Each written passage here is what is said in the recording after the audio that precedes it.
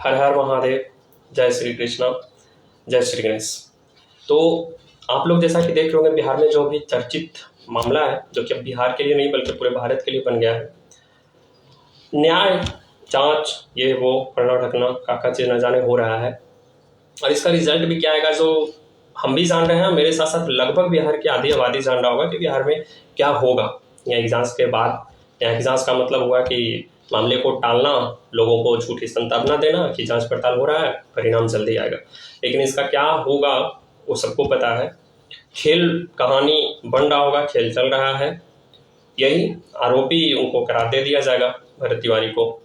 हो न हो विदेशी से संबंध, विदेश से फंडिंग भी इनके अकाउंट में आता होगा, ऐसा भी साबित कर देंगे इन लोग। आपराधिक प्रवृत्ति का था, आपराधिक मामले में संलग्न रहता था, ऐसा भी हो जाएगा। इसमें कोई बड़ी बात नहीं है, लेकिन होगा कुछ ऐसा ही। क्योंकि एक पिस्टल वो अपने पास रखे, वो एक गलत उन्होंने कदम उठाया, ये पॉजिटिव है पुलिस प्रशासनों के लिए। एक गलत ये दिखाएंगे। दूसरी गलत की उनके खिलाफ 2025 में एक मामला, हालांकि वो SC/ST वाला एक्ट लगा हुआ है और SC/ST एक्ट का क्या धज्जिया उड़ रहा है भारत में, कितना उसका नाजायज फायदा उठाया जा रहा है, ये भी हम बहुत अच्छे से वाकिफ हैं, लोग भी वाकिफ होंगे इस चीज़ से। तो दो गो मैटर जो है, जो भरत तिवारी और उनके परिवार के लिए निगेटिव और पुलिस प्रशासन के लिए पॉजिटिव पॉइंट बनेगा। और इसी चीज़ के माध्यम से, इसी चीज़ को साबुत के तौर पर वो सारे लोग बहुत बड़ा चीज़ कहानी और अपने आप के लिए केस, ये अलग मुसौड़ा तैयार करेंगे। खेल कर दिया जाएगा, कुछ होने वाला है नहीं। भले करोड़ों लोग, लाखों लोग भरत तिवारी जी के बलिदान के बाद जागरूक कम से कम हुए हैं। हो हल्ला ही सही, कई लोग बोल रहे हैं राजनीति रोटी से खा रहा है, वही सही, लोग तो पहुंचे ना कम से कम। एक बंदे के पीछे उनके जाने के बाद ही सही, पर इतने लोग तो आए तो साथ में पीछे ही सही। हालांकि उनका मकसद यही था। 2-3 दिनों से जो खेल चल रहा था उसमें उन्होंने बोला भी यही था भरत तिवारी ने कि क्या भगत सिंह, मंगल पांडे, ये सब वही जमाने में पैदा हुआ करते थे, अभी नहीं, अब ऐसा कुछ नहीं होता, तो गलत सोचते हो। ऐसा उन्होंने पुलिस प्रशासन, SDM, DM, CM के लिए बोला था। बात सही है, उन्होंने ये साबित कर दिया कि सिर्फ उसी टाइम नहीं, अभी भी भगत सिंह पैदा होते हैं, नाम अलग होता है, भरत तिवारी नाम होता है, लेकिन है वही क्रांति लाना चाहते थे। क्रांति आ चुका है बिहार में, और आया है, लोग भी जाने हैं, लोग साथ में खड़े भी हैं, ये बहुत अच्छी बात है। लेकिन बात यह है कि न्याय मिलता है कि नहीं, और कहीं ना कहीं वो किसी और चीज़ के न्याय की बात कर रहे थे और अब ऐसा रुख मुड़ा है कि अब लोग उनके मुद्दे को छोड़ के उनके मुद्दे में लग गए हैं। मतलब जिस चीज़ के लिए खड़े हुए थे भरत तिवारी, आज उस चीज को भी पीछे कर दिया गया है। और उससे ज्यादा जरूरी आज के डेट में हो गया कि पहले भरत तिवारी को तो न्याय मिल जाए, उनकी जो शहादत बोले या जो भी क्रांति, जिस चीज के लिए आवाज उठाते थे, वो पीछे हट गया। पहले उनकी मौत का जांच हो जाए तो उनको न्याय मिल जाए, तो उनको करोड़ रुपया मिल जाए, शहादत या शहीद का दर्जा मिल जाए। लोग अब इसके पीछे लगे हैं, न जाने ऐसा हो जाएगा तो लोग इसमें खुश भी हो जाएंगे, जीत हासिल हो गया, जीत हासिल हो गया, जिंदाबाद, जो हम चाहे ऐसा करवा लिए, सरकार छूट गया। अरे साला, मेन चीज तो यहाँ पर वो है ही नहीं। मेन मुद्दे से तो सारे लोग भटक गए, ये चीज था ही नहीं। जरा गौर करो कि उन्होंने जो शहादत दिया, शहीद हुए या मर्डर हुआ या जो कुछ भी हुआ, ये किसके पीछे, उनका मेन मकसद क्या था, मंशा क्या था। बाढ़ पीड़ित जो भी थे, बाढ़ पीड़ितों के लिए बिहार में 11,500 करोड़ रुपया जो फंडिंग आया था, और इसके लिए चोर चोर मोसेरे भाई SDM, SDO, DM, भारत के CM तक पर जो उन्होंने उंगली उठाया था, जहां तक कि सच भी है। आप लोगों ने कुछ दिन पहले एक रिपोर्ट देखा होगा, प्रशांत किशोर जी ने भी इसके लिए चर्चा किए थे कि बिहार में भारत सरकार के द्वारा 70,000 करोड़ रुपए, मतलब आया तो था उससे ज्यादा, लाखों रुपया का आया होगा फंडिंग वहां से, लगभग 1.5 लाख करोड़, जिसमें से 70,000 रुपया बिहार के विकास के लिए जो खर्च होना था वो बिहार के खर्च में हुआ ही नहीं, और पैसा ऐसे रखा रह गया। साला गजब बात है। मतलब बिहार में सारा विकास पूर्ण हो गया क्या? बिहार में फंडिंग का जरूरत ही नहीं था, जो सारा के सारा फंडिंग जो विकास के यूज के लिए आया था वो रखा रह गया पैसा, वो पैसा पड़ा रह गया। वो वापस होगा या ऑडिट हो गया, अगले वर्ष के या अगले सत्र के खर्च में अब जुटेगा। मतलब कैसा सोच है नेताओं का और साथ में प्रशासन का भी, कि जो पैसा खर्च करने के लिए, डेवलपिंग के लिए, जरूरतों को पूरा करने के लिए, कमी को दूर करने के लिए जो पैसा आया था, वो पैसा दिया ही नहीं गया, वो पैसा रखा रह गया। मतलब क्यों? जरूरत नहीं था किसी को, या सारा जरूरत पूरा हो गया क्या बिहार में? साला लाख 2 लाख 4 लाख रुपया का रोड सड़क पुल के लिए जरूरत के लिए लोग मर रहे हैं। आवेदन पे आवेदन, दरखास्त पे दरखास्त, बैठक पे बैठक, मांग पे मांग हो रहा है, मुखिया जी से लेकर डीएम सीएम तक जनता दरबार में। और दूसरी तरफ बिहार में जो फंडिंग आया था जनता के सेवा के लिए, जनता के जरूरतों को पूरा करने के लिए, विकास के लिए, डेवलपिंग के लिए, वो सारा पैसा रखा रह गया। यार कहाँ तक जायज है? ये सब नाजायज नहीं है, ये सब घुसखोरी नहीं है, ये सब करप्शन नहीं है, भ्रष्टाचार नहीं है, तो क्या है? और यही सब के लिए उन्होंने आवाज उठाया था भरत तिवारी ने, और उसके साथ क्या हुआ अंजाम देख लीजिए। हालांकि ये चीज का समर्थन में नहीं है बंदूक उठाने के, कभी नहीं। आगे चल के कुछ ऐसा वर्ड बुला जाए इस वीडियो में तो अभी ये माफी मांगते उस चीज के लिए, लेकिन हम 100% कहते हैं कि हथियार उठाना सही नहीं है, जायज नहीं है। लेकिन फिर भी एक सवाल उठता है, हम दोनों पहलुओं पे बात करेंगे कि जब लोग को प्रताड़ित किया जाएगा, उनके रिक्वेस्ट, विनती, आवेदन पे आवेदन जो आदमी देते जा रहा है, विनती कर रहा है, रिक्वेस्ट कर रहा है, लगातार दफ्तर पे दफ्तर चक्कर लगा रहा है, और जब उनको इंसाफ ना मिले तो ऐसा इंसान करे क्यों? और इस चीज़ को हम बखूबी ढंग से जानते हैं, इसीलिए हम भी इस चीज़ के लिए आज आए हैं। आप लोग से भी इस चीज़ सवाल करते हैं कि अगर किसी के साथ, आपके साथ भी ऐसा होता है कि आप अपने पर्सनल यूज़ के लिए, सपोज डेट एक राशन कार्ड में आपका नाम कट गया है या जुड़वाना है या बनाना है, और आप लगातार ब्लॉक या मुखिया जी के पास जा रहे हैं, डीएम के पास जा रहे हैं, लगातार आपको डेट पे डेट दिया जा रहा है बरसों से, सालों से, और उस राशन कार्ड का कितना महत्व है जो जरा सोचिए। उसी राशन कार्ड के बदौलत आपको शौचालय का फंड आता है, आपको आवास योजना का लाभ मिलता है, जॉब कार्ड बनता है, बहुत सारा चीज़ जो है उसी राशन कार्ड पे आधारित है। और उसी चीज़ को अगर आपको कार्ड दिया जाता है तो जरा सोचिए कि आप किस मानसिक स्थिति से गुजरेंगे। अगर आप गांव के लिए आवाज़ उठा रहे हैं, सड़क के लिए या पुल के लिए या कोई भी छोटा मोटा मांग के लिए, और आपका वो हक है, आपका वो पैसा है, आप जान भी रहे हैं कि आ गया इसके पास, बस उसको रिलीज करना है, और आपको नहीं दे रहा है, तो जरा सोचिए कि आपको कितना दर्द होगा, कितना तकलीफ होगा। किसी का ये एक ड्यूटी तो नहीं है ना कि अपने गांव के लिए, समाज के लिए आवाज़ उठाए, जाए किसी दफ्तर में तो जाता रहे, कोई इसका निश्चित सीमा निर्धारित नहीं है। ये तो ड्यूटी नहीं है ना, इसके लिए कहीं से फंडिंग तो नहीं आता है ना, वेतन तो कोई नहीं दे रहा है ना, पेमेंट तो नहीं आता ना कि जब तक ना काम हो जाए, जब तक आते रहो तुम्हारे अकाउंट में पैसा जाते रहेगा, ऐसा तो कोई करता नहीं है नहीं। तो आदमी समाज के लिए, अपने गांव ग्राम के लिए कब तक किसी दफ्तर में आवाज़ उठाते रहे, अफसरों के आगे, मंत्रियों के आगे, नेताओं के आगे हाथ जोड़ता रहे? कब तक? कुछ तो समय सीमा होगा। जब लोग इसी तरीक़ा से हार थक जाते हैं तो अपनी आवाज़ वहाँ तक पहुँचाने के लिए अलग अलग कदम उठाते हैं। लोग भी 3 तरीक़ा के होते हैं। एक कि अगर उनको कोई ज़रूरत के लिए मांगना है किसी से कुछ सामान, गांव के लिए, अपने पंचायत के लिए, तो एक तो बोलते हैं कि मांगते जाते हैं 2 बार 4 बार 10 बार 20 बार 50 बार, लास्ट में थक जाते हैं, हार जाते हैं, उनका मनोबल टूट जाता है, कहते हैं कि जो जैसा है बंदोबस्त रहे, ऐसा ही रहे व्यवस्था, हम चले, अब वहाँ से पीछे हट जाते हैं। कई लोग जो होते हैं वो सोचते हैं कि हमरा क्या है, जब कोई और नहीं आ रहा है तो हम क्या। तीसरा लोग होते हैं कि गाली देते हैं हर थक के कि सब व्यवस्था ऐसा है वैसा है, कोसते हैं, लेकिन फिर भी आगे लगे रहते हैं।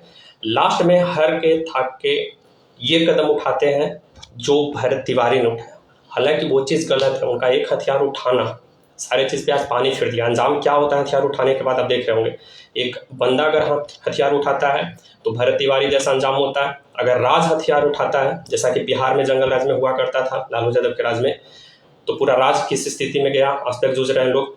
और जब एक देश हथियार उठाता है तो सूडान एक कंट्री है, एक कंट्री है, ये सारे स्टेट कंट्री जो है, देश जो है आज किस स्थिति में है जो पूरा वर्ल्ड जानता है। तो हथियार उठाना सिर्फ और सिर्फ बर्बादी का प्रतीक है, बर्बादी ही लाता है, कभी इससे इंसाफ नहीं मिलता है, नहीं होता है, अंजाम बुरा होता है, चाहे इस साइड का हो या उस साइड का हो, हथियार उठाने पर अंजाम बुरा होता है।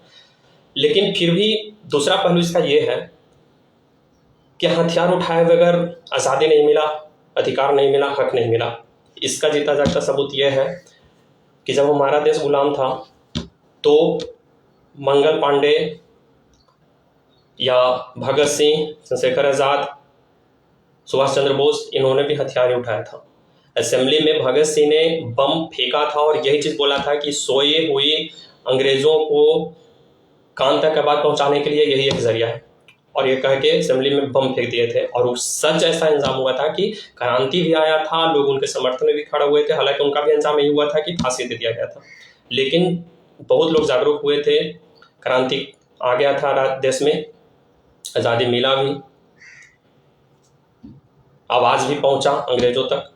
तो कई बार ऐसा होता है कि इंसान हार जाता है, थक जाता है, तो दूसरा तरीका आजमाता है। जैसा कि बताया कि 3 तरह का इंसान होता है। एक कि उसको किसी चीज़ से मतलब नहीं होता है, लेकिन फिर भी प्रयास करता है, लास्ट में हर थक जाता है, पीछे हट जाता है। दूसरा लगे रहता है चापलूसी करके, सिफारिश करके, विनती करके, रिक्वेस्ट करके, नेताओं से इधर से उधर से कमीशन करके, मतलब किसी भी तरीका से बरसों तक लगा रहता है गांधीवादी रास्ते पे, और काम होता है। और तीसरा होता है कि सिस्टम के पास जाता है, 2 बार 4 बार 10 बार 8 बार गाली गलौज देता है, फिर लगा रहता है, कोसता है अपने आप को, लगा रहता है, नहीं सुनता है तो फिर भरत तिवारी जैसा कदम उठाता है। इसका दोनों पहलू है।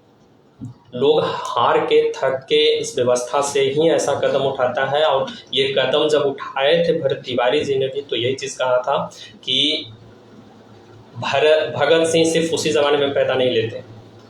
आपको क्या लगता है कि भरत तिवारी, मंगल पांडे सिर्फ उसी ज़माने में? इस ज़माने में नहीं, ऐसा उनका आखिरी सेंटेंस था। और क्या हुआ, पुलिस भी उनके घर पे लगातार 2-3 दिनों से घेराबंदी कर रहा था। 24 आवर, रात दिन उनके घेराव करके घर को रखे हुए था। जो बंदा को सोने नहीं दिया जा रहा है, या पुलिस आपके घर के आसपास, या पुलिस छोड़िए 2-4 गो अगर आपके गांव के आसपास का लौंडा आ जाएगा ना, बदमाश टाइप का, गाली गलौज करने लगेगा ना, वहां से नहीं खिसकेगा ना, तो आपका रात का नींद हराम हो जाएगा, आपको नींद नहीं आएगी। लगेगा कि न जाने हम सोए और उसी पल न जाने किस तरीका से छत पे चढ़ गया, घर में घुस गया और मेरे साथ क्या करते, तो आप सो नहीं पाएंगे। और एक रात एक दिन नहीं सोएंगे, उसके बाद की आपकी हालत क्या होगी जो पता नहीं। और भरत तिवारी के साथ तो 2-3 दिन से ऐसा किया जा रहा था कि उनके घर के घेराव को पुलिस पूरे अपने बंदूक, गन, राइफल, रिवॉल्वर के साथ गाली गलौज भी कर रहा था, घेरे हुए भी था, ललकार भी रहा था। लेकिन क्या करते भरत तिवारी कोई क्रिमिनल नहीं थे जो उनके साथ क्रिमिनल जैसा व्यवहार किया गया। भरत तिवारी समाज के लिए आवाज़ उठाए थे, लेकिन कहीं ना कहीं जिस चीज़ के लिए आवाज़ उठाए थे वो चीज़ पीछे हट गया। आज भरत तिवारी का मैटर आगे आ रहा है बिहार में, जो कि जायज़ नहीं है। उन्होंने SDM का नाम लिया था, CM का नाम लिया था, DM का नाम लिया था। आज तो तीनों के खिलाफ कोई खड़ा ही नहीं है। उसके खिलाफ, उसके लिए विरोध में या उसका आवाज़ क्या कि भरत तिवारी आप लोग का नाम ले रहे थे, तो क्यों? आखिर फंडिंग गया तो कहा 400 करोड़ रुपया भोजपुर के जो बाढ़ से ग्रसित लोग थे ना, पीड़ित थे, लोग थे, उनके लिए फंड आ चुका था डिस्ट्रिक्ट में, यानी DM के पास। इसी वजह से DM का नाम ले रहे थे भरत तिवारी हमेशा। लेकिन ये व्यवस्था इतना करप्ट है, नीचे से ऊपर तक, हर बड़े अधिकारी से लेकर छोटे अधिकारी तक, जब राज का CM तक ही कुछ कहा नहीं जा सकता, जब इस रास्ते पे है, इतना करप्ट है, अपराधी है, तो फिर दूसरे की क्या कहा जाए? तो ऊपर से नीचे तक ऐसा है, तो आखिर किस पे उम्मीद करके, किस पे विश्वास करके कुछ किया जाए? और यही चीज़ से हार के थक के उन्होंने ऐसा कदम उठाया कि शायद इससे नहीं तो इस तरीका से ही सही आए लोग हमसे जुड़े, मेरा आवाज़ सुने, मजबूर करें। अब सच में ऐसा हुआ कि सुने, लेकिन अंजाम ये हुआ कि उन्हीं को ख़त्म कर दिया गया, क्योंकि हाथ तो बड़े बड़ों का था। जान रहे थे कि ये सही रहा, जिंदा रहा तो फिर हम लोग को जीना मुश्किल कर देगा। नतीजा है कि उनको रास्ते से साफ हटा दिया गया। लेकिन अब बात यह है कि यहाँ तक अब मैटर रहेगा नहीं, अब तो आगे तक गया है, लोग आगे हैं। लेकिन देखिए कि इंसाफ सिर्फ भरत तिवारी को ही मिलता है, या फिर भरत तिवारी का जो मकसद था, जो उनका इरादा था, उस चीज़ के लिए भी कुछ किया जाएगा बिहार में या नहीं, पता नहीं। लेकिन असली मकसद यह नहीं कि सिर्फ भरत तिवारी को इंसाफ दिला दिया जाए। असली मकसद यह है कि भरत तिवारी जिन चीज़ों के लिए खड़े हुए थे, उस चीज़ के लिए काम हो तो सही इंसाफ मिलेगा, तब उनका शहीद का असली दर्जा मिलेगा।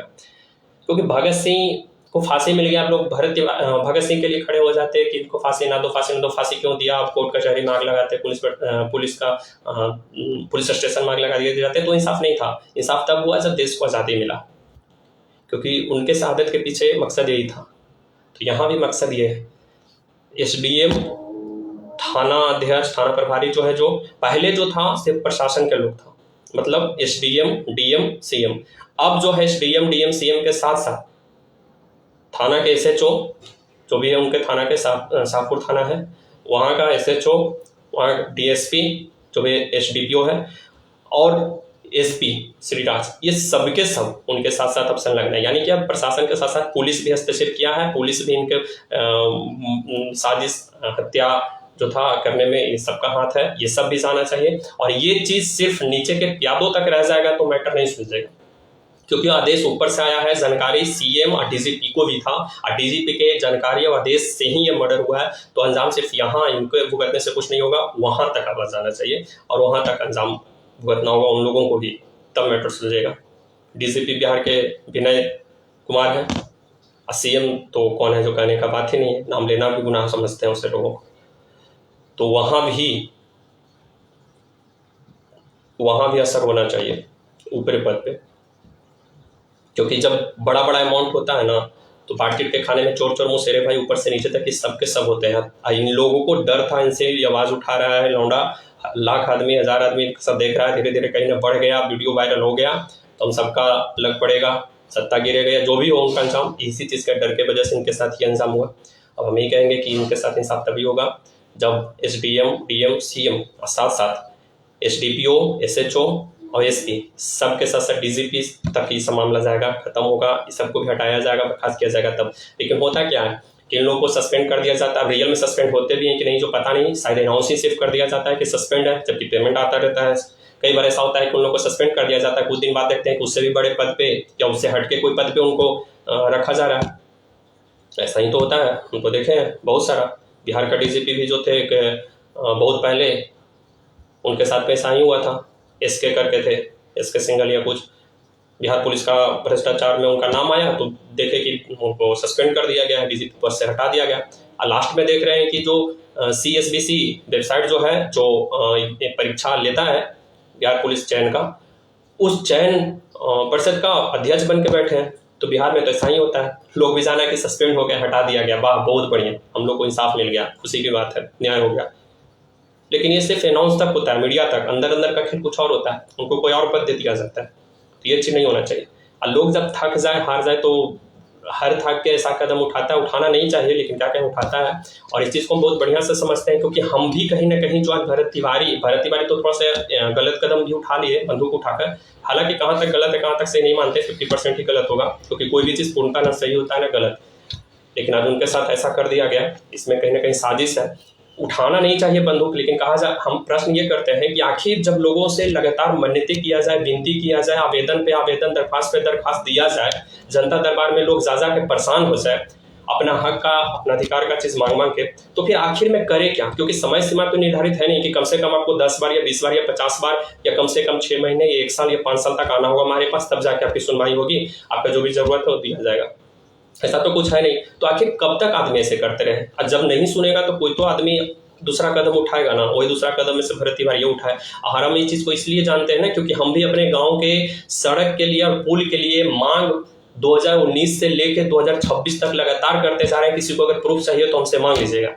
जितना भी आवेदन है ना, हम अपने हाथ से लिख के और डीएम के पास गए। डीएम के पास आज तक 2019 से लेकर 2026 तक, 26 में तो दिए नहीं, 25 में भी नहीं दिए हैं, 23 तक 6 आवेदन हम दे चुके हैं। इस 6 आवेदन में लगभग 4 आवेदन डीएम के पास है, 1 सीएम के पास है, और 1 तो आवेदन लिखाया था जो हाईकोर्ट के द्वारा मेरे भैया जो है एडवोकेट, वो डायरेक्ट पास करवाए थे हाईकोर्ट के आदेश से, जो कि मेरे गांव में रोड आ भी गया है, पास भी हुआ, काम भी लगा, बहुत हद तक काम हो भी गया, सिर्फ पिच बाकी है, उसमें अड़चन डलाया है। अड़चन इसलिए डलाया है क्योंकि मेरे गांव में पुल और रोड दोनों एक साथ पास हुआ था, ऐसा मेंशन भी है जो ऑर्डर पास हुआ हाईकोर्ट से जो। लेकिन यहाँ का जो कॉन्ट्रैक्टर है, जेई है, सबके एक ही थाली के चट्टे पट्टे हैं। इन लोग के मिलकर पढ़ा रहे थे हम लोग ग्रामीणों को कि जो आपके पुल की जो बात किया जाए है वो पुल नहर में ना देके ढोंगा दे जहाँ पर पड़ता है, यानी कि पैन है, उस पैन में छोटा सा पुलिया बना के निकल रहा है लोग। तो भैया इस पर ऑब्जेक्शन लगाए कि ऐसा है नहीं, पुल भी है और सड़क भी है। पुल जो है वो जमुना नहर में देना था, ऐसा साफ लिखा हुआ है, तो जमुना नहर में मेरा पुल बना ही नहीं, तो इसीलिए कुछ अड़चन डाले। तो ये ऐसा भ्रष्टाचार होता है जिसमें सारे लोग जुड़े होते हैं। कॉन्ट्रैक्टर यानी ठेकेदार भी जुड़ा होता है, उनसे तो कुछ लेना देना है नहीं, डीडीओ भी मिला होता है, जेई भी मिला होता है, क्योंकि ये सब के देख रेख में आदेश से डॉक्यूमेंट पे काम होता है। और इस सब के सब हमारे गाँव वाले को ऐसा समझा रहा था, पढ़ा रहा था कि नहीं ऐसा नहीं है, जमुना नहर में आपका पुल बना ही नहीं है, पुल नहीं है, पुलिया है, वो भी छोटा सा है, ऐसा है 3 मीटर का है, बना दे रहे हैं, चल जा रहे हैं। हकीकत ऐसा कुछ था नहीं, 6 मीटर मतलब 6 बाई 9 मीटर का पुल बनना था मेरे गाँव में। तो इसलिए भैया ऑब्जेक्शन लगा के रोका है। तो ऐसा ऐसा चीज़ होता है, और उसके बाद भी देखा जा रहा है तो अभी तक पुल नहीं बना मेरे गांव में। मतलब 2019 से लेके 2026 तक लगातार हम जाते जाते थक गए। अभी भी मार्च में भी हम विधायक के पास एक आवेदन लेके पूरे ग्रामीणों के साथ पहली बार हम गए थे। जो मनोरमा देवी हमारे बेलागंज विधानसभा से विधायक है, उस मनोरमा देवी के पास हम गए थे आवेदन लेके। पूरे गांव से लगभग 15-18 लोग गए थे हम लोग एक टेम्पो से। वहां भी हम लोग को हाँ हाँ हाँ करके आश्वासन झूठा दे के चला दिया गया। चुनाव से पहले तो हाथ ऊपर जोड़ते थे लोग, आके तलवे चाटते हैं कि बस एक बार, उसका साजिश नहीं लोग समझता है। वैसे जो करता है सिर्फ यही कहता है कि बस बेटा एक बार तो दे, उसके बाद 5 साल के लिए हम समझ आते हैं। आज तो भुगत रहे हैं, सच में ऐसा ही हुआ। उस समय आता था, बोलता था कुछ भी समस्या हो, छोटा मोटा प्रॉब्लम हो, बीमार पड़े, बिजली से संबंधित, रोड से, नाली से, इससे उससे, फलना ढकना, जैसे लगा कि अब मेरा सारा जिम्मेवारी अब इसके हाथ, ऐसा बात बोलता था। कुछ भी होता हमारा याद कीजिए, बोलिएगा, फोन नंबर दे रहा है। दे के गया, विधायक बन गया। अब घंटा नहीं सुन रहा है कोई, जा के तो थक गए। रोड और पुल के मात्र 2 को मांग कर करके 2019 से 26 तक 7 साल में परेशान हो गए हम।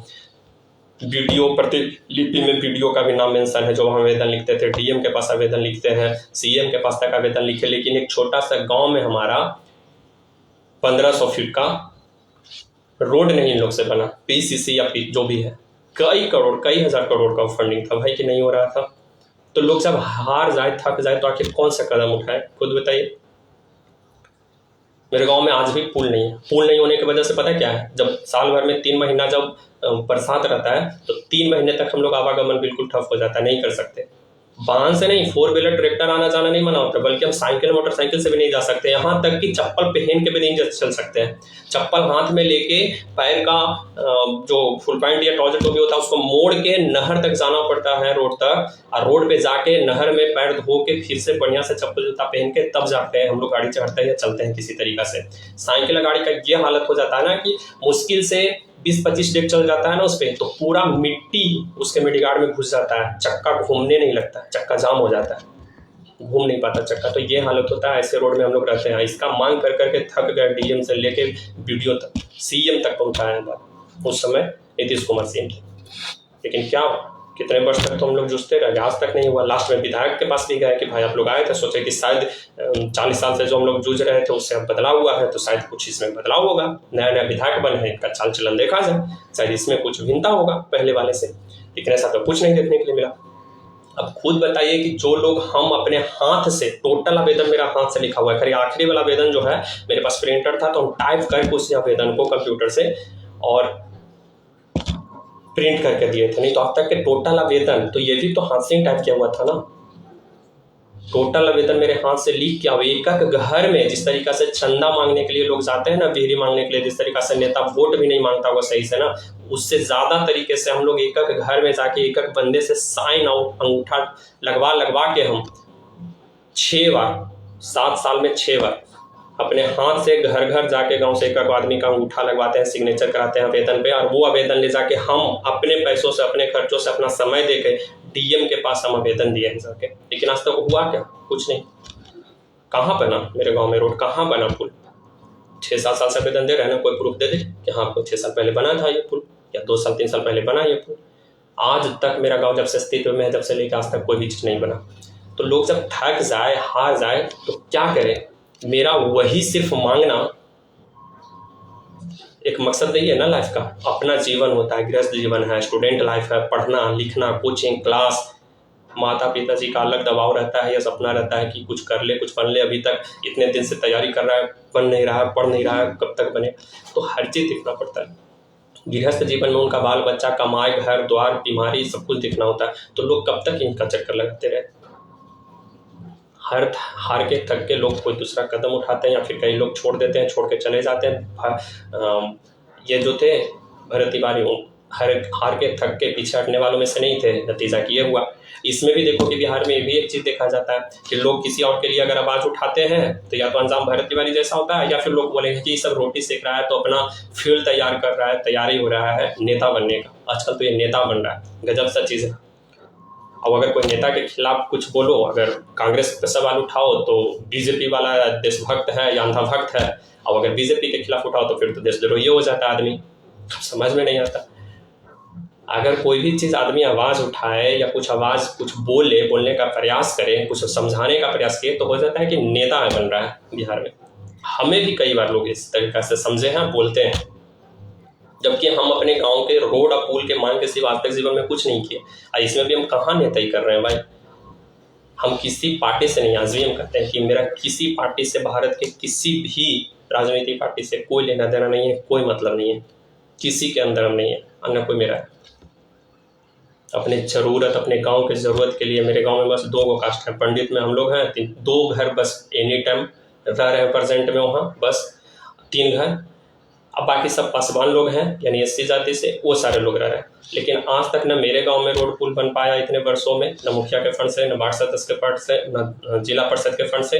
अब विधायक के फंड से जो पुल बनने वाला था उसका तो कहना ही नहीं, कितना होनहार है जो। इतना ही नहीं, मेरे साथ जो हुआ, जो तुम अपना आप बताए, हम एक और चीज़ आप लोग को उजागर करते हैं कि वार्ड नंबर 17 में ही, यानी कि मेरा जो गांव है जिस वार्ड नंबर 17 में, पिल्हाड़ी पंचायत के, उसी वार्ड नंबर 17 में एक डढ़मा गांव है। डढ़मा वाले भी, डढ़मा के जो ग्रामवासी हैं, उन्होंने भी रोड के मांग कर के थक गए। अब बताएं कि वो सब अब क्या करें। पता है, आवेदन लिखे हैं, आवेदन पे आवेदन, चाहे बेला हो या गया हो, दे के थक गए। एक वहाँ से कोई है भी राहुल भैया शायद बीजेपी से किसी तरीका के संबंध रखते हैं। उन्होंने अपने स्टंप पे भी देके रिक्वेस्ट करके, जाहिर सी बात है कि उनका थोड़ा सा संबंध अगर है राजनीति से, तो उन्होंने अपने पार्टी से जुड़े हुए कुछ ऊपर के लोग से भी इस चीज़ का चर्चा अवश्य किया होगा। फिर आज तक उनके गाँव में क्यों नहीं रोड और सड़क बन पाया, पुल नहीं बन पाया? वो तो बहुत प्रयास कर रहे हैं, रामपुर तरफ से साइड से रोड बन जाए। कहाँ गया रोड, कहाँ बना? कितने वर्ष लगता है छोटा सा रोड बनने में, 1-1.5 किलोमीटर का ग्रामीण रोड, क्यों नहीं बना? यहाँ तक कि जो पिछला चुनाव हो रहा था, उस चुनाव में चुनाव का बर्खास्त भी सारे लोग किए थे। कोई भी पोखरा और डढ़मा का ग्रामवासी वोट देने से इनकार कर दिया, मना कर दिया। नतीजन की ऊपर से सारे लोग भी आए थे, बहुत सारे अधिकारी पदाधिकारी भी, और संतावना दिया। लेकिन वो संतावना, झूठा संतावना चला के, लोमड़ी चाल चल के बस निकल गया, अपना काम बना के। वोट पड़ गया, ऊपर तक रिपोर्ट चला गया कि नहीं सर, वोट यहाँ भी जारी है। अगर नहीं वोट पड़ता तो बहुत बड़ी बात हो जाता, नेशनल इशू बन जाता। लेकिन वोट किसी तरीका से दिला दिए, बात खत्म, वोट पड़ गया, निकल गए। कहाँ गया रोड बनना? बताएं। कब इसमें अगर कोई है डढ़मा के लोग देख रहे होंगे, लाइव हैं, तो कोई भी बताइए डढ़मा के लोग। तो जब मांग के लोग सही तरीके से विनती करके, रिक्वेस्ट करके, आवेदन देके, गोड़ हाथ जोड़ के जब थक जाता है, तो लोग क्या करें फिर? ऐसे लोग ही हर के थाके, जिनके खून में जोशीला खून वाले होते हैं, गर्म खून वाले होते हैं, यंग होता है ना, वही फिर भर्ती वाली जैसे कदम उठाते हैं। फिर क्रांति नाम देके कि हम तो जाएंगे लेकिन क्रांति ले आएंगे। वो जाते जाते यही चीज बोल के गए थे। क्रांति तो आया, लेकिन अफसोस हमें इस बात का है कि क्रांति अब उनके शहादत और शहीद का दर्जा दो, उनको मर्डर क्यों किया, उनको फांसी दो, इसके लिए लोग लगे हैं। जबकि होना ये चाहिए था कि जो मकसद उनका था, जिस मकसद से, जिस चीज़ के मांग करके भरत तिवारी अपना जान गंवा दिए, अब वो चीज़ मिलना चाहिए वहाँ के ग्रामवासियों को। और 11,500 करोड़ का जो फंडिंग बिहार में आया था बाढ़ पीड़ितों के राहत के लिए, वो फंडिंग का पूरा जायजा, मुआवजा और उसका ब्यौरा दिया जाए, पब्लिक किया जाए। क्योंकि ये सब तो जितने भी थे, एक ही थाली के छट्टे बट्टे, चोर चोर मुशेरे भाई मिलके भरत तिवारी को साइड कर दिया, मर्डर कर दिया। अब सब लोग मिल बांट के खाएगा, डीएम पीएम सीएम सब। कहाँ गया फंडिंग? 70,000 करोड़ रुपया भी जो आया था बिहार में डेवलपिंग के लिए, वो नहीं मिला। नहीं, कहाँ गया वो सारा चीज? यही होता है, यही होगा। करप्शन का शिकार हुए हैं और कुछ नहीं भरत तिवारी। जहां तक अगर मेरा पर्सनल अगर चीज माना जाए, अगर राय कोई लेते हैं, तो हम बस यही कहेंगे, इससे ज्यादा और कुछ नहीं। और सवाल यही है कि लोग जब इस भ्रष्ट सरकार से, पब्लिक से, प्रशासन से हार जाए, थक जाए, तो क्या कदम उठाए जिससे उसके गांव की जरूरत को पूरा किया जाएगा? बताइए आप ही लोग। जो कहते हैं कि उठाना गलत है, जैसे कि मांझी, हमारे सांसद जो है, वो मांझी भी कहता है कि वो हथियार उठाएगा तो उसको गोली मारा ही जाएगा। गोली मार दिया गया, सही गया अपराधी को। तो खुद बताए भाई कि अगर वो सवाल कर रहे थे इतने वर्षों से, गोली तो चला 17-18 तारीख को, 14 तारीख को, चाहे 14 या 17 जून को, तो उससे पहले जो डिमांड कर रहे थे वो क्या था? आज तक उस पर सुनवाई क्यों नहीं हुआ? वहां का एसडीएम के नाम बार बार जो ले रहे थे, उस डीएम साला क्या कर रहा था? बहुत गलत है। अभी देखिए ना, वर्तमान कल का न्यूज़ पब्लिक हुआ है कि बिहार से 57 लाख लोगों का राशन कार्ड से नाम हटाया जा रहा है, जिसमें 1,63,000 समथिंग सिर्फ गया जिला का नाम काटा जा रहा है। आपको पता है कि राशन कार्ड कट जाएगा, उसके बाद कहाँ जाएगा? लोग, आप पता है क्या बोल रहा है कि जिसका इनकम 1,30,000 सालाना, यानी कि 10,000 रुपया महीने से ज्यादा का इनकम जिनका भी होगा, उनका राशन कार्ड से नाम काट दिया जाएगा। आपको पता है कि राशन कार्ड नाम कटेगा, इसका मतलब क्या होगा? राशन कार्ड से नाम कटने का मतलब हुआ कि उनका जॉब कार्ड नहीं बनेगा, मनरेगा कार्ड नहीं बनेगा, उनका शौचालय का पैसा नहीं आएगा, उनका आवास योजना का जो पैसा था, ये सब चीज कट जाएगा एक बार में, क्योंकि राशन कार्ड पे सारा चीज डिपेंडेंट है। राशन कार्ड आपको खोजता है तभी आप बनवाएंगे। यहाँ तक कि अब जाति आवासीय आय बनाने में भी इतना बड़ा इन लोग अब संशोधन कर दिया है कि ये भी बनाना आसान नहीं है। आपको आय प्रमाण पत्र बनाना है तो इसके लिए आपको पे स्लिप चाहिए, आप अगर आरटीआई फाइल करते हैं तो वो चाहिए, या फिर आपको किसी भी तरीका से कहीं से पेमेंट आता है, या वृद्धा पेंशन है, या सरकारी वेतन मिलता है तो उसका ब्यौरा दीजिए। आप बताइए भाई कि जो गरीब है या फिर जो खेती पे आधारित लोग हैं, उसका कहाँ से पे स्लिप बनेगा, कहाँ से कैसे लाएगा? और वो पे स्लिप जब तक नहीं डालेगा आदमी, अपलोड करेगा, जब तक आय प्रमाण पत्र बनेगा नहीं। ये बिहार का नया संशोधन है, क्योंकि हम थोड़ा साइबर कैफे वाला भी काम करते हैं, चलाते हैं, तो हमरा ये सब चीज पता है, क्योंकि हम डाल रहे थे भी कुछ दिन पहले ही, कल परसों अप्लाई कर रहे थे तो ऐसा चीज देखे। जाति बनाते हैं तो उसमें असाई है, जाति जो है वो पिता के आधार पे बनता है, पति के आधार पे नहीं बनता। मतलब बढ़िया चीज ही है, इस पे हमरा उंगली नहीं उठा रहे हैं, लेकिन जानकारी के लिए बात बता दे रहे हैं कि अगर जाति प्रमाण पत्र बनाना चाहते हैं तो आपके आधार कार्ड पे पति का नाम होगा तो नहीं बनेगा। इससे मात्र आपको पिता से आपका नाम जुड़ा हुआ कोई प्रूफ चाहिए, तभी आपका जाति प्रमाण पत्र बनेगा। अब उसमें भी अब नया लागू कर दिया है कि आपको भू राजस्व से जुड़ा हुआ कोई भी एक डॉक्यूमेंट, यानी भूमि से जुड़ा हुआ खतियान, खतियानी, खाता नंबर जो होता है, या रसीद जो होता है, या अगर दान में मिला कहीं से तो उसका प्रपत्र जो होता है, उस टाइप के जुड़ा हुआ कोई भी चीज एक देंगे तभी आपका जाति प्रमाण पत्र बनेगा। आय प्रमाण पत्र में बता ही दिए कि 3 तरीका में से कोई भी एक चीज चाहिए, या तो आपका वेतन मिलता है या पेंशन मिलता है तो उसका स्लिप, आरटीआई फाइल करते हैं तो उसका स्लिप, या फिर कहीं से प्राइवेट जॉब करते हैं तो पे स्लिप। कहाँ से लाए भाई? नहीं होगा तो आय प्रमाण पत्र नहीं बनेगा। तो ऐसा संशोधन करता है। अब बताइए कि राशन कार्ड छापने के लिए इतना चीज बोल रहा है। राशन कार्ड जबकि बहुत सारी चीज बनाने में प्रूफ के तौर पे होता है, जैसे कि जाति आवासीय आय भी आपको बनाना है तो राशन कार्ड है तो उसको आप प्रूफ के तौर पे दे सकते हैं। अब तो राशन कार्ड ही आपको छाड़ दिया जाएगा, काट दिया जाएगा, नहीं बनेगा, यानी कि आपका ये प्रूफ तो खत्म किया जा रहा है। दूसरी बात कि आपका चाहे वोटर आईडी कार्ड हो या आधार कार्ड हो, या फिर यहाँ तक कि सबसे बड़ा चीज पासपोर्ट तक चीज को भारत सरकार जो है, बिहार सरकार जो है, वो आपको नागरिकता का प्रमाण मानने से इनकार कर रहा है। मतलब आप वोटर आईडी कार्ड दिखा के नहीं साबित कर सकते कि हम एक भारतीय हैं, इंडियन है। आप आधार कार्ड भी दिखा के नहीं साबित कर सकते कि आप इंडियन हैं, जबकि उसी आधार कार्ड से आपका पैन कार्ड बनता है, आरटीआई फाइल करते हैं, आवासीय बनाते हैं, जातीय बनाते हैं, आय प्रमाणते हैं, राशन कार्ड बनाते हैं, पासपोर्ट बनता है, वीजा बनता है, आपका अकाउंट खुलता है। हर एक चीज में सबसे पहला आपका यही मांगा जाता है प्रूफ के तौर पर आधार कार्ड लाएं क्या?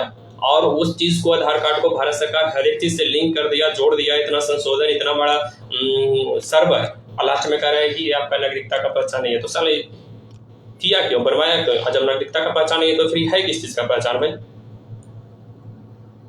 आपको नौकरी में भी जाते हैं ना, तो आपको डेट ऑफ बर्थ के प्रूफ के तौर पे आपका मैट्रिक का सर्टिफिकेट मांगता है, मतलब वही आपका डेट का प्रूफ है, आधार कार्ड नहीं। तो साला डेट ऑफ बर्थ का प्रूफ है नहीं रहा, नागरिकता का प्रूफ है नहीं रहा, तो है क्या इतना बड़ा चीज?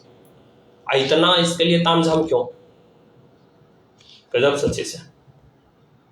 कहाँ नहीं जा सकता, कुछ किसी ओर जा रहा है, कहाँ जा रहा है, क्या करेगा क्या नहीं करेगा। थक गए, और लोग जब थक जाता है तभी उस तरीका से कदम उठाता है। हालांकि इस कदम जो उठाया भरत तिवारी, राइफल गन बंदूक लेने का, वो कदम गलत है। लेकिन सवाल ये उठता है कि लोग जब मांग के नेताओं से, पुलिस प्रशासन से थक जाए विनती कर करके, तो सेकेंड ऑप्शन क्या है इसके पास? जिससे जनता का सेवक है तो इससे सेवा कैसे लिया जाए? जो विनती करके ना माने तो, आवेदन देके, दरखास्त देके ना माने तो, क्या जवाब सच्ची से क्या हम बोले? ठीक है, वीडियो बहुत लंबा हो गया होगा, कुछ लोग आए, देखे, चले गए। एक ठो अभी लगता है कि फिलहाल देख रहे हैं, या शायद चले गए, मंजीत कुशवाहा। अच्छा, मंजीत ये बलुआ पर वाले ना, और तो कोई है नहीं। 2-3 लोग अभी थे लाइव, अब हट गए। एक रंजीत पांडे हैं, अच्छा रंजीत मामा हैं जहानाबाद से, बढ़िया है। अब तो जो था, हम बहुत देर से लाइव थे, जो भी चीज़ हमें बोलना था, डिस्कशन करना था, वो तो हम कर लिए। अब वीडियो को हम यहाँ पर अंत करते हैं। जो भी चीज़ हम बोले इस चीज़ को, वीडियो को देख के, और आप लोग भी बोलिए कि कहाँ तक जायज़ है नाजायज़ है। कुछ कुछ सवाल जो हम किए हैं ना, एक आम नागरिक होने के नाते, एक वोटर होने के नाते, आप भी एक वोटर हैं, आप भी भारत के नागरिक हैं, आम आदमी हैं, आप भी इसका जवाब दीजिए, कमेंट करके दे सकते हैं। ठीक है।